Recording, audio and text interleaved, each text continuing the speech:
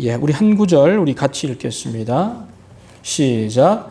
내 이웃에 대하여 거짓 증거하지 말지니라. 아멘. 우리가 지금 십계명에 대해서 계속 우리가 말씀을 배우고 있습니다. 1계명에서부터 지금 오늘 9계명 그리고 다음 주 하면 마지막 10계명이 이렇게 맞춰집니다. 1계명에서 우리 9계명 오늘 하죠. 내 이웃에 대해서 거짓 증거하지 말라 그랬는데 우리가 한번 복습을 한번 하면 좋겠습니다. 1계명부터 그냥 외우면 잘 안 외워지더라고요. 이것도 그렇죠. 예. 1계명이 무엇입니까? 나 외에 다른 신을 두지 말라 그랬습니다. 나 외에 하나님 외에 다른 신을 두지 말라 그랬습니다. 2계명은 무엇입니까? 다른 신을 우리가 뭐라 그러죠? 우상. 그래서 2계명은 우상을 만들지 말라 그럽니다. 예. 2계명은 우상을 만들지 말라. 이게 2계명입니다. 그리고 세 번째 계명은 하나님의 이름에 관련된 거죠. 하나님의 이름을 망령되이 일컫지 말라 그랬습니다. 자, 네 번째 계명은 무엇입니까?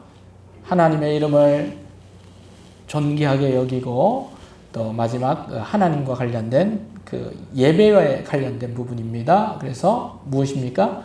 안식일을 거룩히 지키라 그랬습니다. 그래서 1계명에서 4계명까지가 바로 하나님에 관한 계명.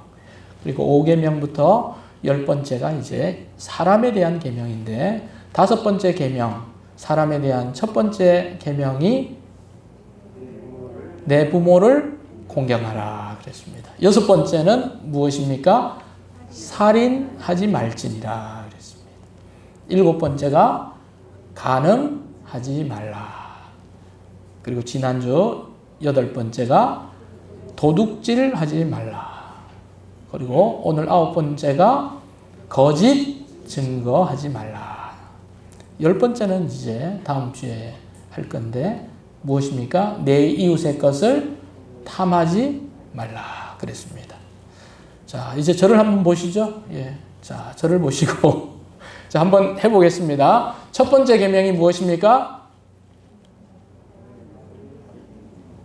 나 외에 다른 신을 두지 말라. 두 번째 2계명 우상을 만들지 말라.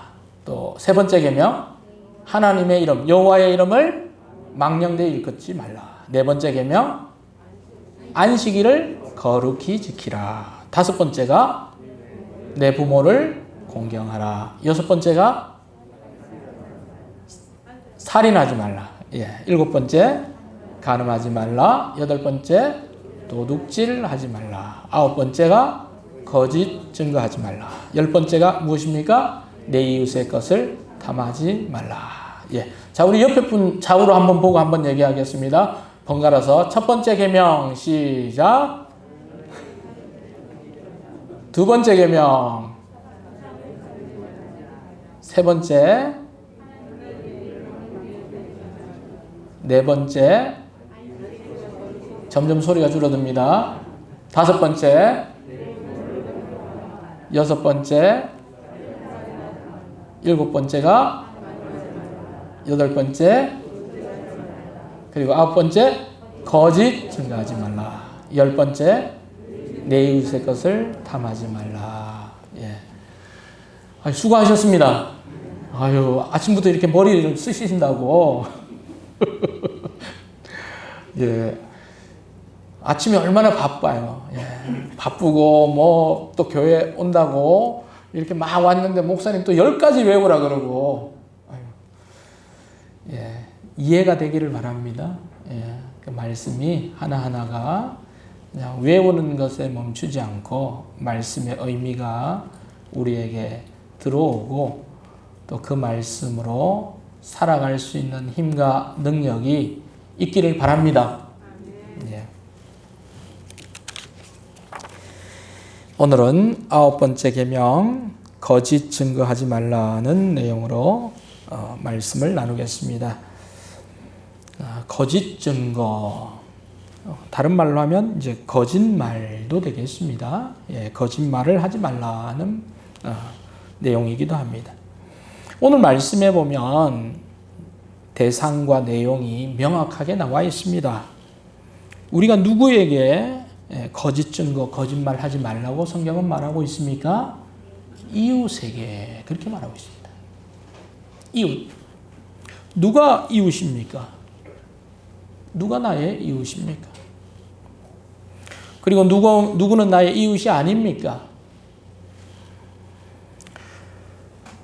성경이 말하는 이웃은 과연 누구를 말하고 있습니까? 내가 매일 만나는 사람들만을 이웃으로 말하고 있습니까? 아니면 처음 만난, 알지 못하는 불특정 다수도 나의 이웃이 될 수 있습니까? 성경은 내가 잘 모르는 사람들까지도 이웃으로 말하고 있습니까? 이 말씀은 이스라엘 공동체에게 주신 말씀이죠. 이스라엘 공동체가 자기하고 가까이 있는 사람도 있는 반면에 저기 먼 사람들 알 수가 없죠. 그러나 그들은 다 하나님을 모시고 하나님께서 나에게 준 형제요, 자매요, 모친이요, 부친이요 함께 공동체된 사람들로 말씀하고 있습니다. 그래서 우리가 잘 모르는 사람도 무엇입니까? 이웃입니다. 강도 만난 사람도 나의 누가 됩니까? 이웃이에요. 내가 잘 아는 우리 성도들, 또 내가 잘 아는 직장 동료들, 친구들, 그들만 이웃이 아니라 그렇지 않은 사람들까지도 이웃입니다. 그 이웃에 대해서 성경은 뭐라고 말씀하고 있습니까?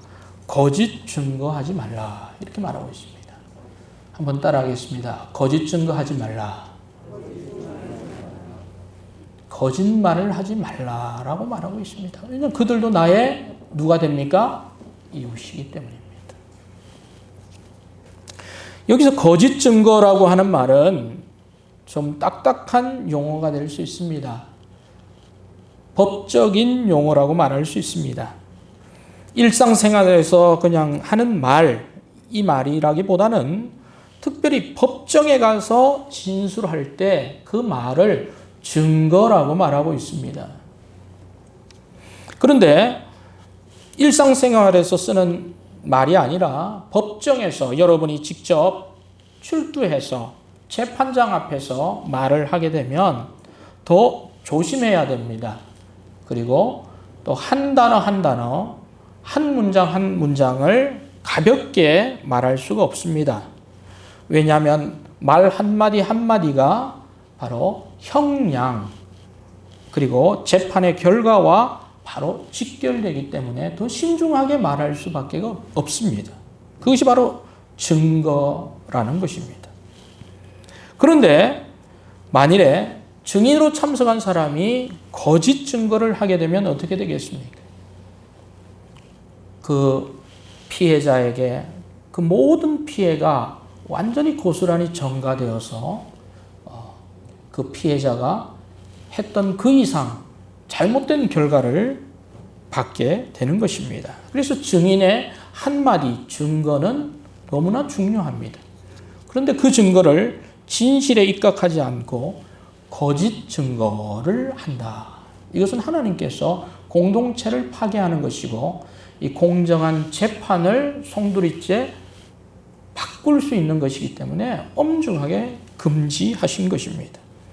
신명기 19장 15절 20절에 보면 이 증인의 증언에 대해서 성경은 말씀하고 있습니다. 사람의 모든 악에 관하여 또한 모든 죄에 관하여는 한 증인으로만 정할 것이 아니요 두 증인의 입으로나 또는 세 증인의 입으로 그 사건을 확정할 것이며 그렇게 말하고 있습니다. 한 사람의 증인의 말만 신뢰해서는 안 된다라고 말하고 있습니다. 몇 사람 이상을 채택할 것을 말하고 있습니까? 두 사람 이상.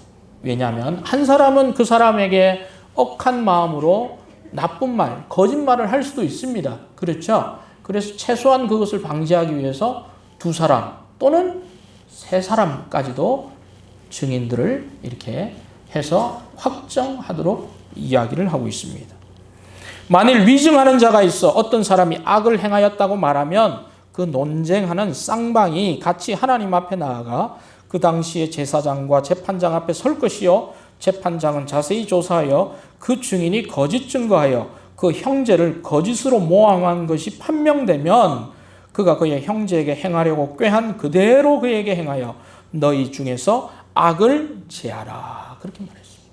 거짓 증거한 사람의 그 증거가 판명이 되면 똑같이 그가 한 거짓말 그대로 그에게 행해서 그 악을 제할 것을 공동체에 명령하고 있습니다.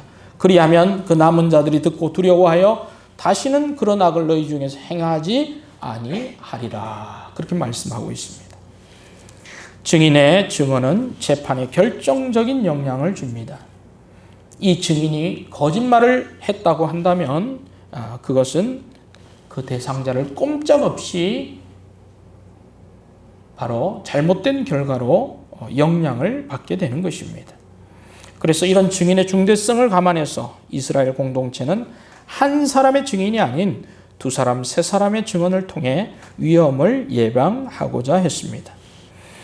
그러나 아무리 그 방지책을 세운다 하더라도 2사람이 담합하고 입을 맞추고 똑같이 거짓말을 하게 되면 꼼짝없이 당하는 것은 당연한 거겠죠. 더 안 좋은 결과를 가지게 됩니다. 그런 의미에서 성경은 우리에게 거짓 증거를 하지 말 것을, 거짓말하지 말 것을 말씀하고 있는 것입니다. 가끔 TV에서 보면 증언을 하는 사람들이 있습니다. 지금도 이것이 관례가 돼서 법정에 증언을 하러 나온 증인들은 양심 앞에 그리고 법 앞에 증인 선서를 하죠. 원래 미국에서는 이것이 양심 앞에 하지 않고 그 이전에는 성경 앞에 그리고 하나님 앞에 했습니다만 종교적인 부분이 강하다고 해서 지금은 양심과 법 앞에 그렇게 하고 있습니다. 하지만 그것은 바로 하나님 앞에서 증언하는 것과 똑같은 것입니다. 진실만을 말하겠다는 것이죠. 위증하지 않겠다는 것입니다. 하나님은 이스라엘 공동체를 향해서 이웃에 대해서 거짓으로 말하는 거짓 증거, 다시 말해서 거짓말하지 말 것을 10계명에까지 넣었습니다. 그만큼 진실, 중요하다는 것이죠. 그리고 거짓말 가져오는 그 폐해가 큰 것을 성경은 우리에게 말하고 있습니다. 우리가 거짓 증거하지 않는, 거짓말하지 않는 사람들이 되어야 할 것입니다. 한 입을 가지고 우리가 다른 사람에게 좋지 않은 영향을 펼치는 그런 거짓말을 해야 할 이유도 없고 해서도 안 되는 것입니다. 성경이 말씀하고 있는 것은 바로 거짓 증거하지 말라는 것은 우리가 하는 말의 중요성을 알 것을 우리에게 말씀하고 있습니다. 말이 얼마나 중요한가? 그 말 한마디가 다른 사람에게 어떤 영향을 미치는가? 그 소중함을 먼저 알 때 우리는 특별히 더 폐해가 큰 거짓말을 하지 않을 수 있습니다. 잠언 18장 21절은 말에 대해서 이렇게 말하고 있습니다. 죽고 사는 것이, 같이 한번 읽겠습니다. 시작. 죽고 사는 것이 혀의 힘에 달렸나니 혀를 쓰기 좋아하는 자는 혀의 열매를 먹으리라. 여기는 특별히 혀라고 말하고 있지만 이 혀는 다른 말로 하면 무엇입니까? 말이죠. 예. 죽고 사는 것이 어디에 달려 있다고요? 말에 달려 있어요. 말 한마디가 사람을 죽음으로 몰기도 하고 말 한마디가 사람을 살리기도 하는 것입니다.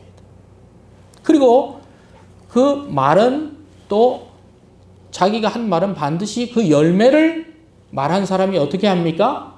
가져온다는 것입니다. 거둔다는 것입니다. 부정적인 말을 하는 사람, 파괴적인 말을 하는 사람은 어떤 열매를 맺습니까? 부정과 파괴의 열매를 고스란히 받을 것입니다. 긍정적인 말, 선한 말, 또 살리는 말을 하는 사람은 어떤 열매를 맺습니까? 자기가 한 말대로 그 유익을 자기가 취하는 것입니다. 그러하기에 성도 여러분, 여러분 어떤 말을 많이 하고 있습니까? 부정적인 말입니까? 아니면 긍정적인 말입니까? 파괴적인 말입니까? 아니면 믿음과 소망을 가진 말입니까? 여러분 하시는 그 말로 선한 열매를 거두시기를 축복합니다. 여러분이 하는 말로 그 열매가 여러분에게 아름답게 돌아가기를 바랍니다. 민수기 14장 28절에 보면 하나님께서 이런 말씀을 하셨습니다. 이스라엘 백성들에게 그들에게 이르기를 여호와의 말씀에 내 삶을 두고 맹세하노라. 너희 말이 내 귀에 들린 대로 내가 너희에게 행하리라. 하나님이 들은 대로 너희들이 무슨 말을 했는지 내가 들은 대로 그대로 너희에게 돌려주겠다. 이런 말을 하나님께서 말씀하셨습니다. 이 말씀이 그냥 엄포가 아니었습니다. 이 말씀이 실현되었습니다. 이스라엘 백성들이 출애굽을 했습니다. 광야 40년의 여정 가운데 어떤 사람들은 우리가 아무리 모세 지도자를 따라가더라도 우리가 들어갈 수 있겠어? 우리가 약속의 땅에 우리 결코 못 들어갈 거야. 그렇게 말했던 사람들은 어떻게 됐습니까? 그들이 말한 대로 하나님의 귀에 들린 대로 그들은 들어가지 못했습니다. 광야 40년의 광야에서 그들이 다 죽었습니다. 우리가 들어갈 수 없을 거야. 정말 들어가지 못한 거예요. 그런데 어떤 사람들은 우리는 들어갈 수 있을 거야. 하나님께서 우리를 돌보아 주실 거야. 약속의 땅에 우리는 반드시 들어갈 거야. 그랬던 사람은 들어간 줄로 믿습니다. 아멘? 그 들어간 사람이 누굽니까? 여호수아, 또 갈렙 들어갔어요. 여호수아와 갈렙은 그렇게 믿었어요. 또 그렇게 바라봤습니다. 그렇게 말을 했습니다. 그 열매를 그들은 고스란히 약속의 땅에서 취하게 된 거예요. 그런데 그러지 않은 사람들은 그냥 그 말대로 된 거예요. 그것이 얼마나 우리에게 주는 교훈입니까? 말한 대로 이루어지는 것입니다. 그래서 이러한 말은 우리에게도 지금 적용이 됩니다. 그리스도인들은 이 하는 말, 혀, 이 중요성을 알고 말을 하되 잘 해야 될 줄로 믿습니다. 말을 하되 잘해야 합니다. 상처 주는 말 또는 죽이는 말, 사기를 저하시키는 말, 이런 말은 어떻게 해야 합니까? 멀리 하기를 바랍니다. 이런 말은 멀리 해야 합니다. 그러면 우리는 어떤 말을 해야 합니까? 살리는 말을 해야 합니다. 믿음의 말을 해야 합니다. 긍정의 말을 하는 입술 되기를 바랍니다. 어떤 상황에서도. 신앙생활을 오래 한 사람들 보면 삶이 변화된다는 것을 우리는 지켜봅니다. 그들의 삶이 바뀌었다는 것은 무엇이 바뀐 것입니까? 그들의 행동이 바뀐 것을 말합니다. 전에 하던 행동, 전에 막 자신이 하던 대로 행동하던 사람이 그런 것들이 점점점 줄어들고 또 예배드리고 또 말씀을 들은 대로 살려고 하는 이런 행동으로 바뀝니다. 그리고 또 하나의 큰 변화가 무엇입니까? 그들이 하는 무엇입니까? 바로 말이죠. 말이 바뀌는 거예요. 말이 바뀌어야 합니다. 신앙생활을 오래 한다는 것은 바로 그 안에 성령님께서 그 사람을 붙잡고 있다는 것이고 그들이 막 육신대로 하고 싶은 대로 내뱉고 싶은 대로 하는 그런 말은 이전의 말이에요. 성령께서 그 입술을, 그 마음을 붙잡아 주시면 우리의 속사람이 변화되는 줄로 믿습니다. 속사람이 바뀌어야 말이 바뀌는 것입니다. 속 사람이 바뀌지 않으면 여전히 육신적인 상태에 붙잡혀 있으면 여전히 말을 하고 싶은 대로 통제되지 않은 대로 말이 나오는 것입니다. 여전히 우리의 말이 변화되고 있지 않다면 우리는 주님 앞에 회개하는 사람들 되기를 바랍니다. 속 사람이 바뀌게 해달라고 우리는 계속 주님께 매달려야 합니다. 말과 행동의 변화가 일어나야 그것이 진정한 변화라고 말할 수 있습니다. 그것은 바로 인격의 변화까지 오는 것이죠. 교회에 와서도 우리는 말을 주고받습니다. 짧은 대화, 때로는 좀 긴 대화, 때로는 바빠서 많은 분들과 또 서로 대화하지 못하는 그런 한계들도 있습니다만 어찌되었든 우리는 교회에 와서 말을 주고받는데 그 말 가운데 여러분 서로를 향한 애정이 담겨 있기를 바랍니다. 서로에 대한 축복이 담겨 있기를 바랍니다. 서로를 향한 기도가 담겨 있기를 바랍니다. 그렇게 말을 합시다. 골로새서 4장 6절은 이렇게 말씀합니다. 같이 읽읍시다. 시작. 너희 말을 항상 은혜 가운데서 소금으로 맛을 냄과 같이 하라. 말을 어떻게 해요? 항상 어디 가운데서? 은혜 가운데서. 한번 따라 합시다. 은혜 가운데서. 은혜 가운데서. 예. 참 우리 성도님들이 한마디 한마디 말씀을 이렇게 들으면 그 말씀이 찬송이 되기를 바랍니다. 그 말씀이 격려가 되기를 바랍니다. 그 말씀으로 위로가 되기를 바랍니다. 예. 여러분의 말 한마디가 사람을 살립니다. 힘을 나게 합니다. 북돋우게 합니다. 우리 그런 말을 합시다. 예. 은혜 가운데서. 또한 에베소서 4장 29절은 우리가 하지 말아야 될 말도 우리에게 말하고 있습니다. 같이 읽겠습니다. 시작. 무릇 더러운 말은 너희 입 밖에도 내지 말고 오직 덕을 세우는데 소용되는 대로 선한 말을 하여 듣는 자들에게 은혜를 끼치게 하라. 그랬습니다. 더러운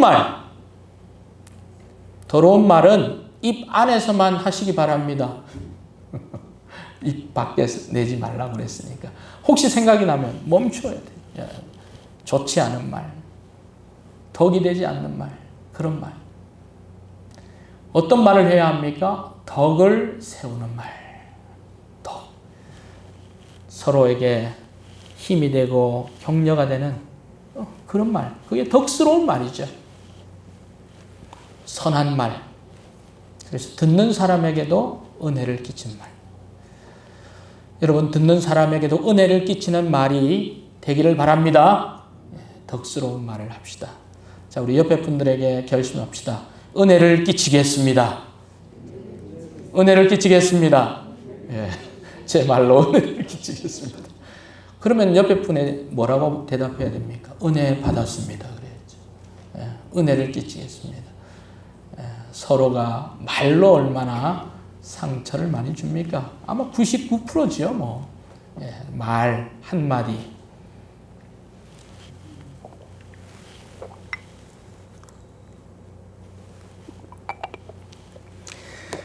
애정과 축복의 말, 은혜의 말, 꼭 필요한 소금과 같은 말, 들으면 기분이 좋은 말, 선한 말, 은혜를 끼치는 말을 하는 우리 성도님들 되기를 바랍니다.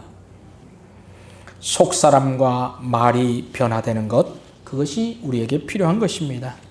그것이 바로 거짓 증거하지 않는 바로 말의 소중함을 아는 것입니다.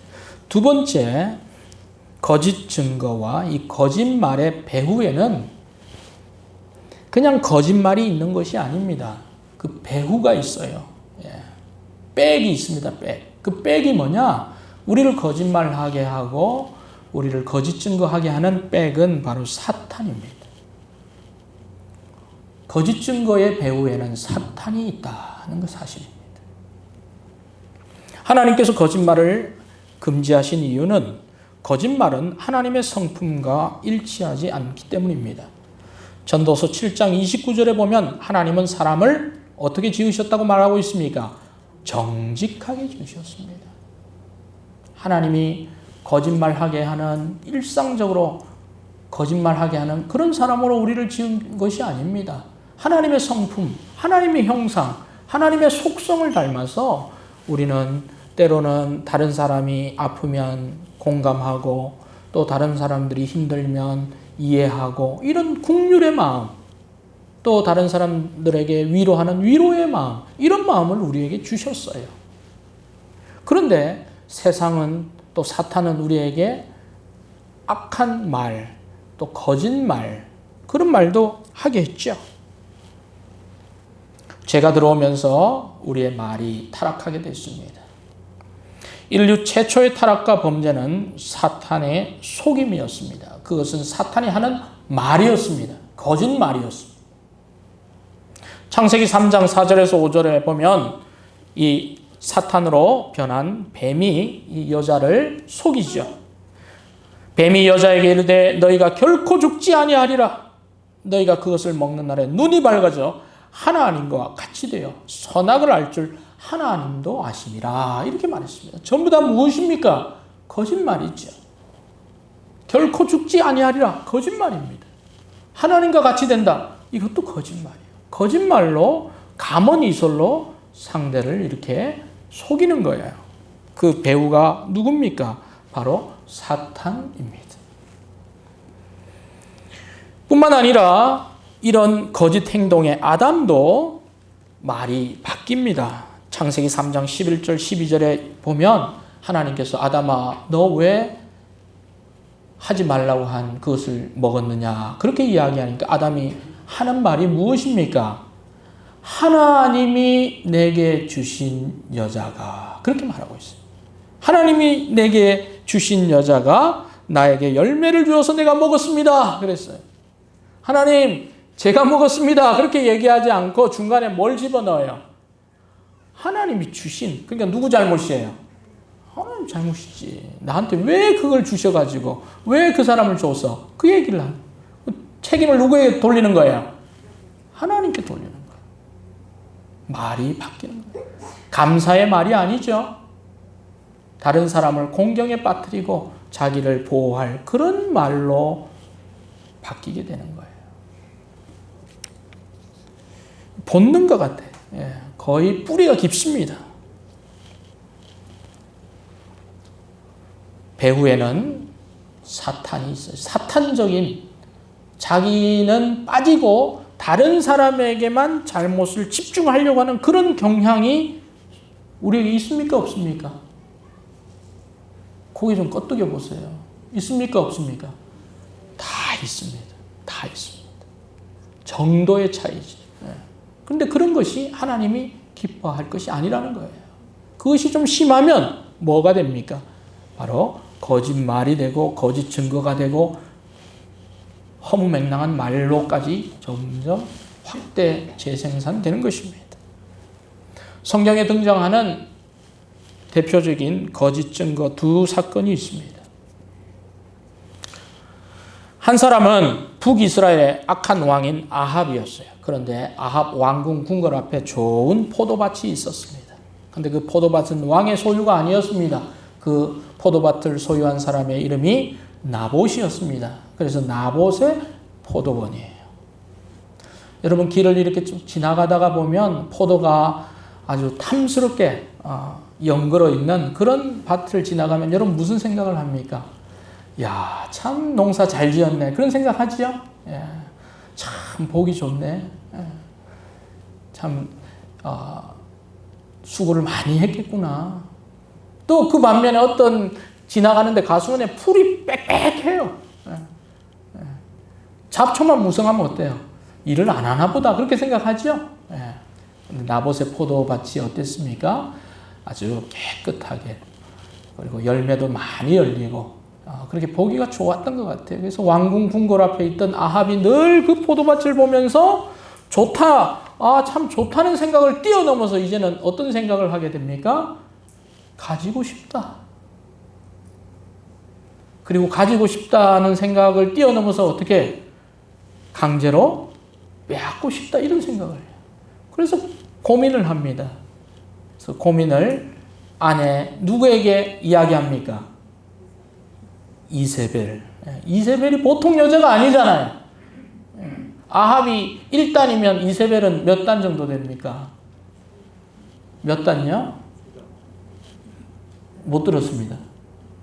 9단? 예, 9단 정도 됩니다. 1단하고 9단. 그래서 이세벨이 이 여자가 머리를 딱, 뭐 그렇게 고민해요, 여보? 그거 이렇게 하면 되지. 그래서 사람 두 사람을 어떻게 해요? 매수하죠. 그래서 이 두 사람에게 거짓 증거하게 합니다. 이 사람이 왕을 저주했다. 왕을 모독했다. 그렇게 하면 법정에서 그렇게 증언하면 두 사람이니 증언하면 증인으로 받아들여지겠죠. 그래서 재판장이 이 거짓 증인의 말을 듣고 나봇을 어떻게 합니까? 처형합니다.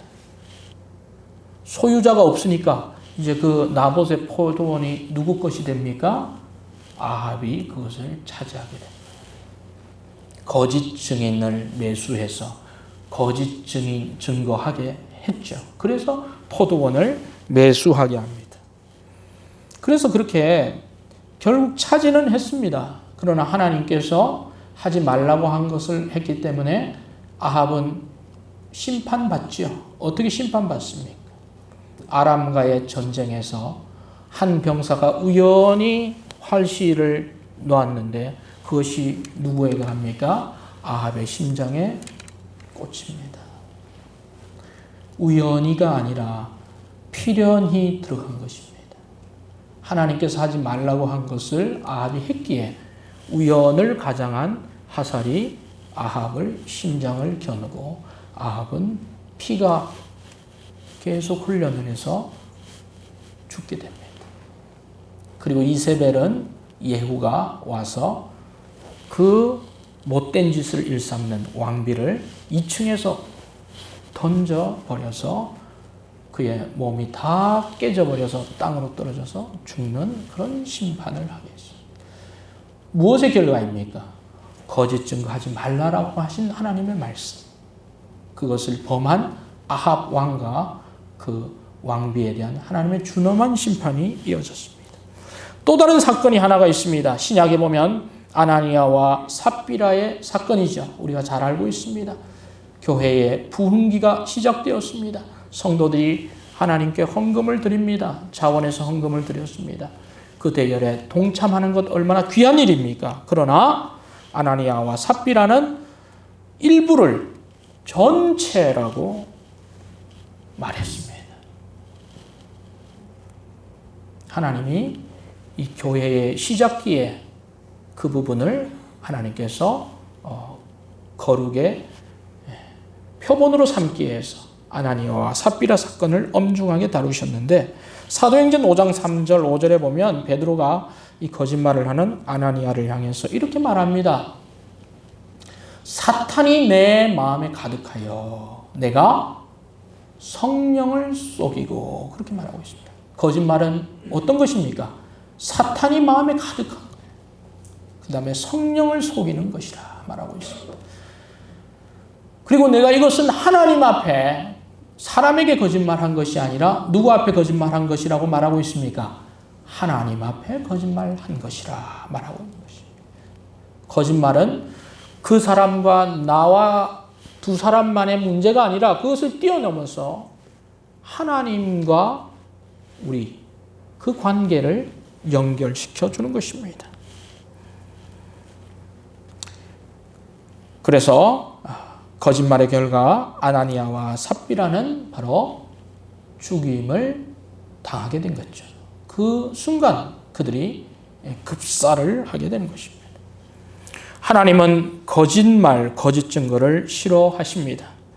잠언 6장 16절 19절에 보면 여호와께서 미워하시는 것 곧 그의 마음에 싫어하시는 것이 예닐곱 가지니 교만한 눈과 거짓된 혀와 무지한 자의 피를 흘리는 손과 악한 계교를 꾀하는 마음과 빨리 악으로 달려가는 발과 거짓을 말하는 망령된 증인과 및 형제 사이를 이간하는 자이니라. 그렇게 말하고 있어요. 거짓말은 사람들의 마음을 서로 나뉘게 만듭니다. 그리고 바로 다른 사람에게 피해를 주게 되죠.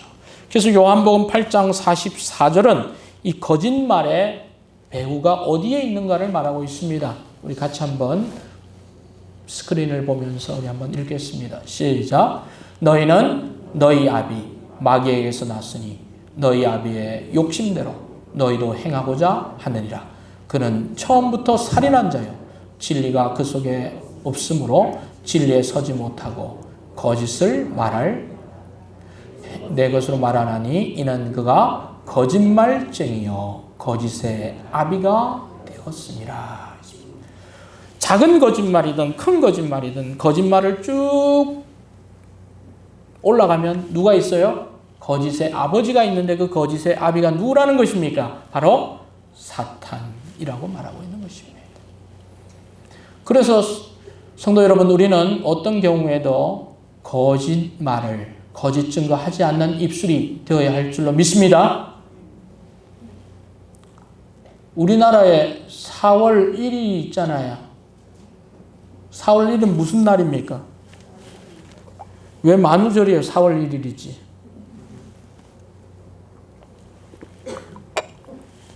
그날에도 우리는 만우절로 여기지 맙시다. 그런 말도 할 필요가 없는 거예요. 때로 황당무계한 내용 저는 좀 잘 믿거든요. 황당무계. 우리 그리스도인들에게는 거짓말이 없는 거예요.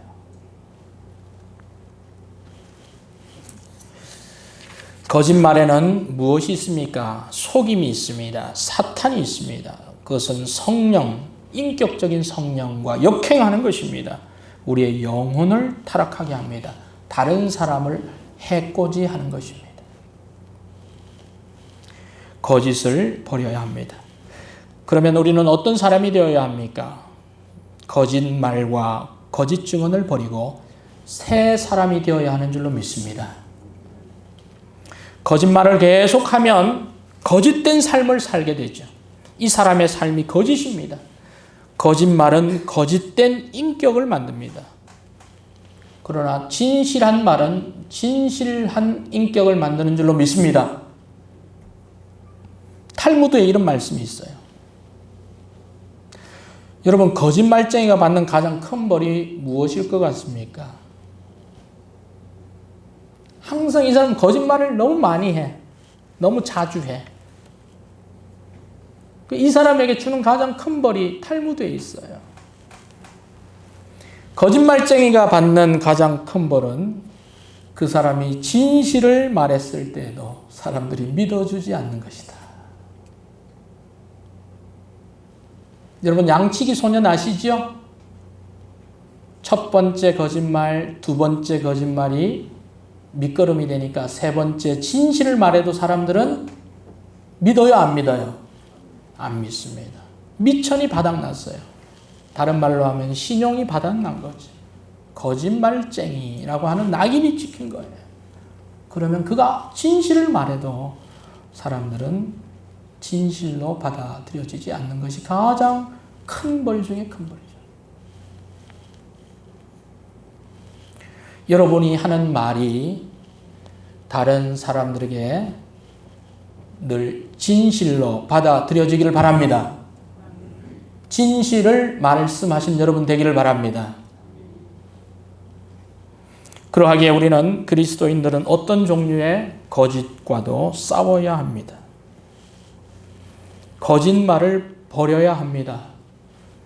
허세를 버려야 합니다. 가짜 뉴스를 버려야 합니다.